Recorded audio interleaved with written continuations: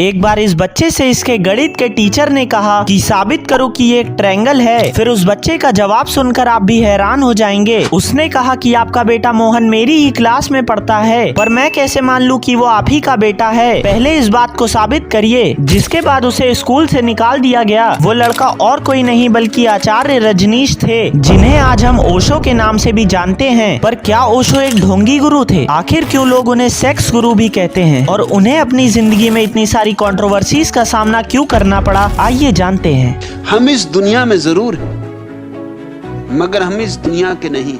मैं नहीं कहता कि परमात्मा को याद करो, मैं कहता हूँ बात कुछ ऐसी बनानी कि परमात्मा भूल। जीवन भ्रम, माया है, झूठ है ही नहीं जाता मंदिर, नहीं जाता मस्जिद। God is the greatest lie invented by man. Osho का जन्म आज से करीब 100 साल पहले मध्य प्रदेश के एक छोटे से गांव में हुआ था और बचपन से ही वो बहुत ही ज्यादा रहस्यमयी थे। वो अपने जन्म के 10 दिन बाद तक ना तो कभी रोए थे और ना ही हंसे थे, जिसे देखकर डॉक्टर भी बहुत हैरान हो गए थे। ओशो का दिमाग बचपन से ही अपने साथ वाले बच्चों से बहुत ज्यादा तेज था। उन्होंने अपने घर में ही किताबों का भंडार बना रखा था और वो अपना अधिकतर समय वहीं बिताया करते थे। ओशो में बचपन से ही चीजों को जानने की ललक थी, जिसकी वजह से वह किसी भी बात की गहराई तक पहुंचकर उसे समझते थे और इसी आदत ने उनकी तर्क वितर्क करने की शक्ति को बहुत ज्यादा बढ़ा दिया था। उनके सवाल सुनकर अक्सर उनके स्कूल के टीचर्स भी परेशान हो जाया करते थे, जिसकी वजह से उन्हें स्कूल से भी निकाल दिया गया। फिर उन्होंने एक छोटे से स्कूल से ही अपनी पढ़ाई पूरी की। अपनी पढ़ाई पूरी करने के बाद ओशो ने लेक्चरर की नौकरी ज्वाइन कर ली, पर शायद जिस बेबाकी से वो पढ़ाते थे वो कुछ लोगों को रास न आया और उन्हें वहाँ से भी निकाल दिया गया। उसके बाद उन्होंने दुनिया के अलग अलग हिस्सों में अपने प्रवचन देना शुरू किए। अपने प्रवचनों में उन्होंने ढोंगी पंडितों,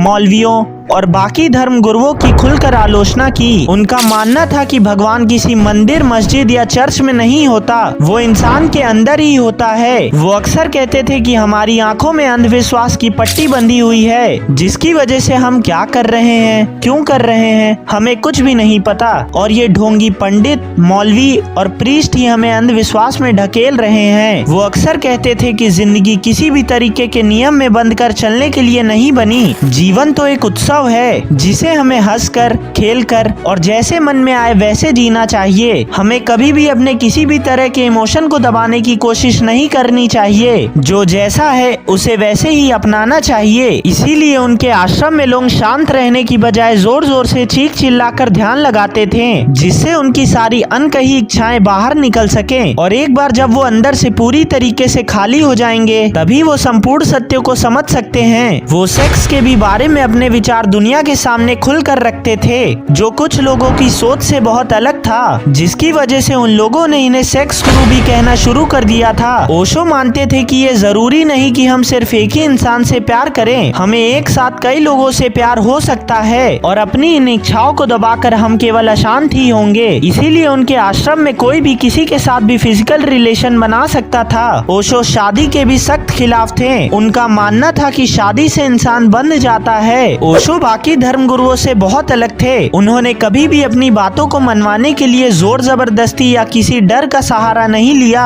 वो कहते थे कि आप चाहो तो मेरी बात को मजाक की तरह भी ले सकते हो और उनके इसी अल्लड़पन स्वभाव ने उन्हें धीरे धीरे पूरे विश्व में प्रसिद्ध कर दिया। उनकी लोकप्रियता इस हद तक बढ़ गई थी कि लोग अब उन्हें भगवान तक कहने लगे थे, जो बहुत से लोगों के नजरों में खटकने लगा था। और इसी वजह से पुणे के एक आदमी ने उनकी जान लेने की भी कोशिश करी, जिसके बाद वो भारत छोड़कर अमेरिका शिफ्ट हो गए और उन्होंने 1 साल में ही अमेरिका में अपना पूरा खुद का एक शहर ही बना लिया था, जिसका नाम उन्होंने रजनीशपुरम रखा था। पर वहाँ उन पे किसी ने खाने में केमिकल्स मिलाने की वजह से झूठा केस फाइल कर दिया, जिसके बाद उन्हें जेल जाना पड़ा। अपनी सजा पूरी करने के बाद जब वो भारत आए तो बदकिस्मती से 5 सालों में ही उनकी मौत हो गई। उनकी मौत कैसे हुई, क्यों हुई, वो मौत थी या हत्या, ये तो कोई भी नहीं जानता। पर मैं इतना जरूर जानता हूँ कि वो आज भी अपनी बातों के रूप में हमारे बीच जिंदा हैं। तो आज के लिए बस इतना ही। मिलेंगे आपसे अगली वीडियो में, तब तक के लिए अबे यार।